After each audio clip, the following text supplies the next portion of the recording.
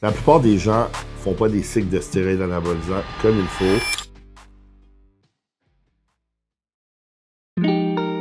Aujourd'hui, je t'explique comment les faire si tu veux passer de 230 livres à 270 livres et plus intelligemment. Puis ça, c'est pas un conseil, une recommandation. Je te parle juste selon mon expérience, la meilleure façon de rouler un cycle de stéroïdes anabolisants pour gagner le plus de masse musculaire possible. Cette vidéo est vraiment pour les intermédiaires et avancés, alors je t'invite à rester jusqu'à la fin.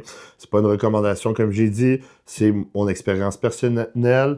Par la suite, n'oubliez pas qu'il faut que vos prises de sang soient sacres si jamais vous vous dites que ça serait peut-être une bonne idée de rouler ce genre de cycle-là. Bon, premièrement, les erreurs les plus fréquentes dans un cycle de stéroïdes anabolisants, les gens, premièrement, ne le roulent pas assez longtemps. Ils font du 8 à 12 semaines. Au bout de 4 semaines, tes niveaux d'habitude dans le sang sont stables. Puis c'est là que tu commences à progresser au maximum. Alors, si tu es pour jouer avec tes marqueurs de santé, c'est mieux un 16 à 20 semaines de cycle d'anabolisant. Par la suite, une autre erreur que les gens font, c'est qu'ils pensent que manger plus égale plus de masse musculaire. Non, c'est faux.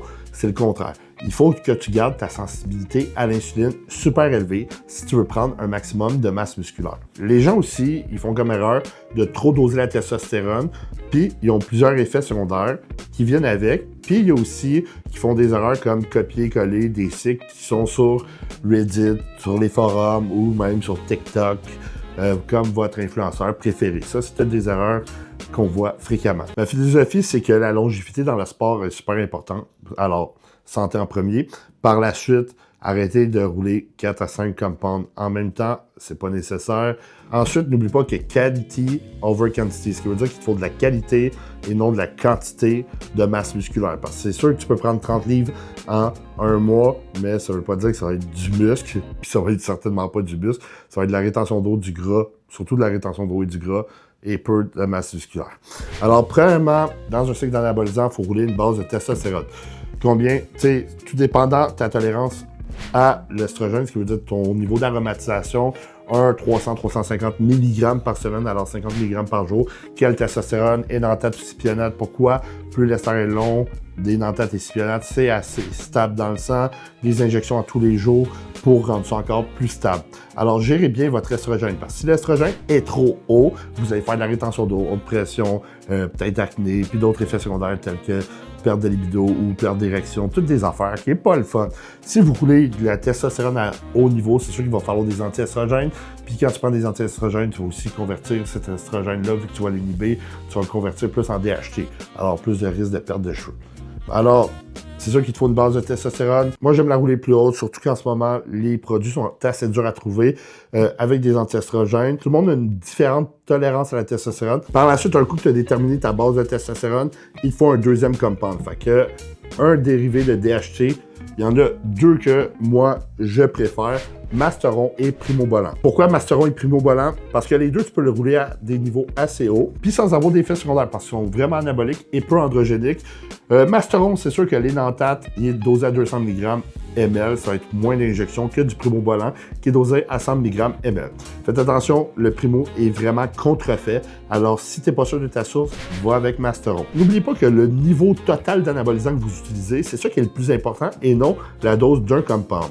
En plus, quand tu joues avec plusieurs anabolisants, tu as une synergie. Alors, à quoi ça ressemblerait un cycle intermédiaire avancé? Peut-être un 3 à 500 mg de testostérone par semaine, avec un 700 mg de Masteron, 700 mg de Primobolan. Alors, tu aurais un dosage de, si tu roules 500 mg de testostérone semaine, plus 700 mg de Primo, plus 700 de Masteron, 1900 mg d'anabolisant total, puis tu n'aurais pas trop d'effets secondaires. Et n'oublie pas que le Primobolan va aider à diminuer tes niveaux d'estrogène. Alors, super important. Mais il faut tout le temps que tes niveaux d'estrogène restent dans les normes pour maximiser ton développement musculaire, pour maximiser ton IGF-1, pour maximiser aussi ta récupération, ta libido. L'estrogène est super bénéfique dans une prise de masse. C'est neuroprotecteur, c'est cardioprotecteur, l'estrogène. C'est une des affaires que les gens sous-estime. Super important, c'est pour ça qu'on utilise une base de testostérone. Par la suite, un coup que tu as déterminé les dosages que tu prends, selon comment ta diète avance, ta progression avance, tu peux augmenter les doses de Masteron Primobolan. Je dis ça comme ça. Dans le fond, si tu n'as jamais fait 1900 mg d'anabolisant total, tu peux diminuer à 1500 mg, tu sais, faire un 500, 500, 500 de chaque produit. Aussi simple que ça. Ensuite, j'aime bien utiliser les hormones de croissance pour amplifier le cycle. Les hormones de croissance, qu'est-ce que ça va faire? Meilleure récupération, tu vas rester plus sec et manger plus. Tu vas aussi augmenter ta myoplasie musculaire, c'est-à-dire ta division cellulaire. L'hormone de croissance, ça a plusieurs bénéfices. Aussi, ça va augmenter ta fullness, qui est ta rondeur musculaire. Tu vas te sentir plein tout le temps. Beaucoup de bénéfices, ces hormones de croissance. L'hormone de croissance, si tu n'en as jamais fait, 2 unités pour commencer, pour voir si tu n'as pas trop d'effets secondaires, tunnel carpien ou non. Ensuite, tu peux monter graduellement 3, 4, 5, 6. Le sweet spot est entre 6 et 10. Honnêtement, 2, ça sert quasiment à rien. Faut que tu sois en dose supraphysiologique, on produit 2 unités. Alors, à partir de 3, 4, 5, 6, 7, 8, 9, 10, tu vois des gros effets. Moi, je te dirais que je vois beaucoup de bénéfices à partir de 8 à 10. C'est là que tu vraiment exploses. Mais tu ne seras pas capable de monter jusque-là au début. Il faut que tu y ailles graduellement. Dans le fond, quand tu augmentes les dosages de ton cycle, tu as le choix d'augmenter tes hormones de croissance ou tes androgènes. Moi, je préfère honnêtement augmenter les hormones de croissance, c'est ça qui a le moins d'effets secondaires, à part le tunnel carpien. Mais n'oublie pas, quand tu as le tunnel carpien qui apparaît, diminue un peu le dosage, attends que ça stabilise. Ensuite, tu peux réaugmenter. Si tu ne l'as pas, attends que ça stabilise un peu, 2 semaines. Tu peux réaugmenter d'une unité. Si tu l'as encore, attends un peu, voir si ça stabilise ou ça fait trop mal, diminue. Tu sais, joue comme ça pour augmenter graduellement ton hormone de croissance. Ensuite, tu sais, dans le fond, de notre combinaison hormone de croissance, DHT, testostérone comme base, il y a plusieurs autres stratégies. On peut jouer avec l'insuline. L'insuline, moi, j'aime bien avant, après l'entraînement, la rapide. Et c'est sûr que les dosages varient énormément de ta diète. Moi, si j'étais toi, j'en ferais pas si je n'aurais jamais expérimenté avec ça. Parce que ça ne se calcule pas comme l'hormone de croissance non plus. Il y a des gros risques de tomber en hypoglycémie. N'oubliez pas, ça peut être très dangereux.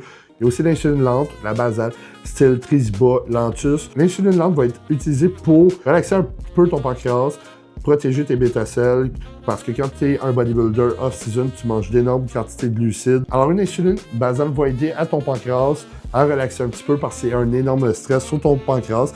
Puis si tu épuises trop tes bêta-celles, tu risques de créer une résistance à l'insuline. Puis on veut pas ça. L'insuline va aider aussi à être plus anabolique parce que ça stimule mTOR directement, qui est la synthèse de protéines. L'insuline va aussi aider à amener plus de nutriments dans les muscles, une meilleure pompe, meilleure hydratation, plein de bénéfices. Faut juste faire attention, ça peut être très dangereux. Ensuite, autour de l'entraînement, il y a des choses qu'on peut faire pour avoir des meilleurs entraînements, surtout si tu as des points faibles. Exemple, de la testostérone suspension avant l'entraînement. Ça peut être une stratégie pour ceux qui ont un déficit en jambes ou en dos, des points faibles, dans le fond, pour augmenter tes performances plus sur ces muscles-là, la pompe et les androgènes. Alors, tu crées un environnement plus anabolique. C'est sûr que la testostérone suspension, c'est super estrogénique. Il y a aussi des techniques telles que l'anadrol, ces journées-là, 1 heure avant l'entraînement, sublingual, comme ça rentre plus vite. Puis aussi, c'est plus fort, plus biodisponible. En plus de tout ça, c'est moins toxique si tu le fais sublingual. L'anadrol 1 heure avant l'entraînement, ces journées-là. La L-carnitine injectable, pourquoi la L-carnitine injectable? Pour aussi contrebalancer les effets secondaires de l'hormone de croissance. Parce que les hormones de croissance vont laisser des triglycérides dans le sang. La L-carnitine va les utiliser pour les amener envers la production d'ATP. L-carnitine injectable aussi pour la libido, pour le niveau d'énergie, le focus. L-carnitine injectable avant l'entraînement, 250 mg à 500 mg. Puis avant le cardio, 250 mg à 500 mg. Super utile pour augmenter les performances, les fonctions cognitives, la production d'ATP. Super bon. Tu as aussi, autour de l'entraînement, tu peux utiliser IGF-1 DES 1, 10 à 15 minutes avant l'entraînement, puis IGF-1 LR3 directement après l'entraînement, un 50 à 100 microgrammes des deux. Dans le fond, tu peux utiliser ça, surtout si tu as des points faibles sur les journées de points faibles pour grossir ces muscles en déficit. Ensuite de tout ça, c'est sûr que quand tu es hors saison, tu manges énormément de glucides. Ça peut nuire à ta sensibilité à l'insuline. Mais te former avant de te coucher pour ne pas nuire à ta digestion. C'est pour ça avant de te coucher, puis en même temps, tu vas aller aux toilettes le matin, c'est garanti. 500 mg, augmenter ta sensibilité à l'insuline, super utile. Aussi des suppléments naturels tels que berbérine pour ton cholestérol puis ta sensibilité à l'insuline, chromium, aussi tout le cas pour ta bile, ton foie, NAC qui est un antioxydant, ça va augmenter la production de glutathion pour ton foie. Tu as aussi bergamot pour ton cholestérol, nattokinase, vitamine D3, oméga 3. Il y a beaucoup de suppléments naturels que tu dois utiliser, surtout quand tu fais des cycles d'anabolisants, parce que ça va jouer sur ton cholestérol, sur ton cœur, ça va jouer aussi sur ta sensibilité à l'insuline, ton niveau d'inflammation. Les anabolisants vont jouer sur beaucoup de facteurs de santé, puis on veut rester en santé. Si on veut progresser, honnêtement, celui que j'ai vu qui progressait le plus, c'est ceux qui étaient en santé tout le long. Puis oublie pas, si ta diète est ça coche, ben, tu vas rester en santé longtemps. Tu peux aussi utiliser de l'insuline si tu fais des journées riches en glucides pour mieux absorber ces glucides-là et rester plus plein. Ensuite de tout ça, n'oubliez pas que le plus gros facteur de croissance va être la récupération et la nourriture. La nourriture va te permettre de performer, de mieux récupérer et bien dormir, avoir un 7 à 9 heures de sommeil, avoir un mode de vie bas en stress va te permettre vraiment de progresser.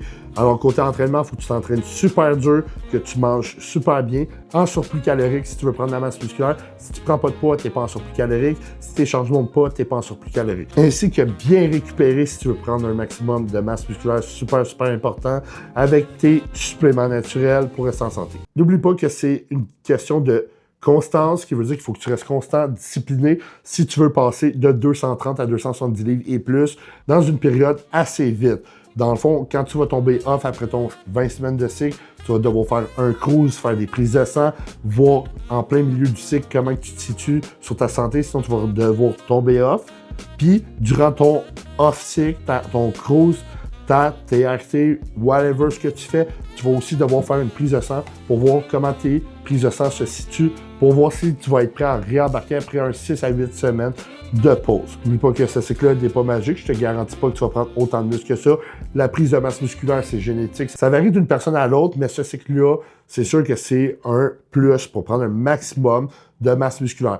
Et ça se peut que toi, tu sois quelqu'un qui est super réactif à l'estrogène ou que tu n'aies pas accès à certains produits, que tu dois doser plus la test, prendre des anti-estrogènes ou que tu dois prendre des anti-estrogènes tout court. Puis si tu es ce genre de personne-là, c'est bien correct. Il faut juste faire attention à ne pas trop prendre d'anti-estrogènes pour ne pas nuire trop à ces niveaux d'estrogène. Mais c'est assez rare que je vois des gens avec l'estrogène crash sur des anti-estrogènes. Moi, honnêtement, je vais vous avouer, je prends de l'aromazine tout le temps parce que mes cycles sont plus hauts en testostérone. N'oublie pas, je ne suis pas médecin, je ne recommande pas à personne l'utilisation de stéroïdes anabolisants. Je suis juste là pour vous divertir et vous parler de mes expériences personnelles. Alors, si tu as aimé cette vidéo-là, je t'invite à liker, écrire un commentaire si tu as déjà essayé ce genre de cycle d'anabolisant. N'oublie pas de t'abonner à ma chaîne YouTube et d'activer les notifications.